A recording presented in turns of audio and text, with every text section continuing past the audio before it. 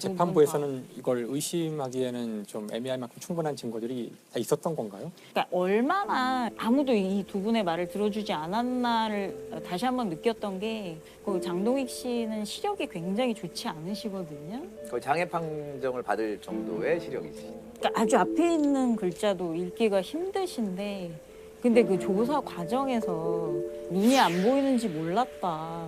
이런 식으로 얘기를 하거든요. 주의를 기울이면 충분히 알 수 있다고 생각되는 그런 시력에 대한 내용도 전혀 고려 대상이 되지 않았더라고요. 그 당시에는. 굉장히 여러 가지 배치되는 증거들이 있었거든요. 그 현장 사진을 찍은 것 중에 피 묻은 돌이 있거든요. 결정적으로 흉기로 사용됐다라고 생각되는 돌이 사진엔 있는데 나중에 증거 목록에서 사라져요. 제가 봤던 기록에서는 진술조서인데 날짜가 없는 진술조서가 있었어요. 저 처음 봤거든요.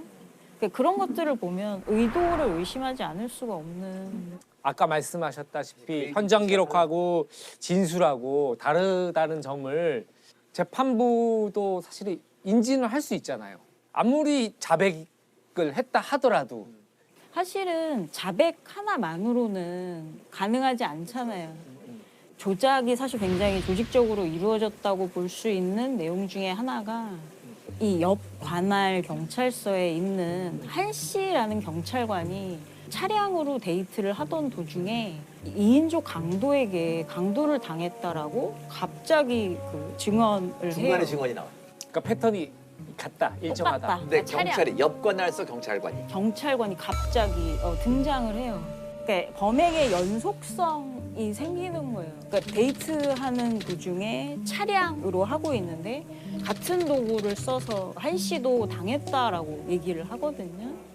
그게 굉장히 강력한 뒷받침이 된 거예요. 그러니까 여기서 자백의 보강 법칙이라고 자백만 해서는 절대 유죄가 안 되거든요. 그러니까 그렇게 강요에 의한 자백일 수 있기 때문에 그걸 보강하는 증거가 꼭 하나 이상 있어야 돼요. 그러니까 그 증거가 갑자기 이렇게 마련됐다고 이야기하시는. 불러주는 대로 쓰고 그 불러주는 대로 증거를 맞추는 게 되겠네요. 의도를 가지고. 검찰이 왜 이렇게 조금 부실한데도 기소를 하고 유죄 확정을 받아내려고 하는가?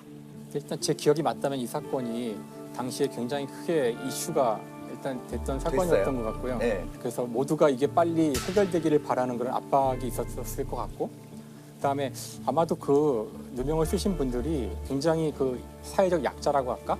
자신의 권리를 지켜내기가 쉽지 않은 그런 경우에 많이 당하는 거 아닐까요? 그러니까 이 사건이 1년 8개월 넘게 미제 사건으로 있었거든요. 그러면 그 정도의 미제 사건을 해결한다는 건 당연히 엄청난 성과잖아요. 근데 그런 것에다가 그러니까 공무원 사칭 혐의로 잡혀온 사람들인데 그때 뭐라고 했냐면 종이를 주면서 그러니까 살아온 얘기를 다 해보라고 했다는 거예요.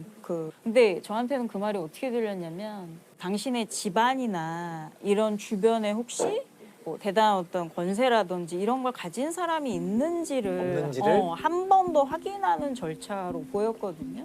허위 자백을 하게 되는 사람들의 특성 중에 하나가 그 취약한 특성을 갖고 있는, 그 취약하다라는 거는 청소년들도 있고 어떤 장애를 가지신 분들도 있고 뭐 그 8차 사건 윤석열 씨 같은 경우에는 가족이 없으시고 그러니까 여러 가지 열악한 그 상태였거든요.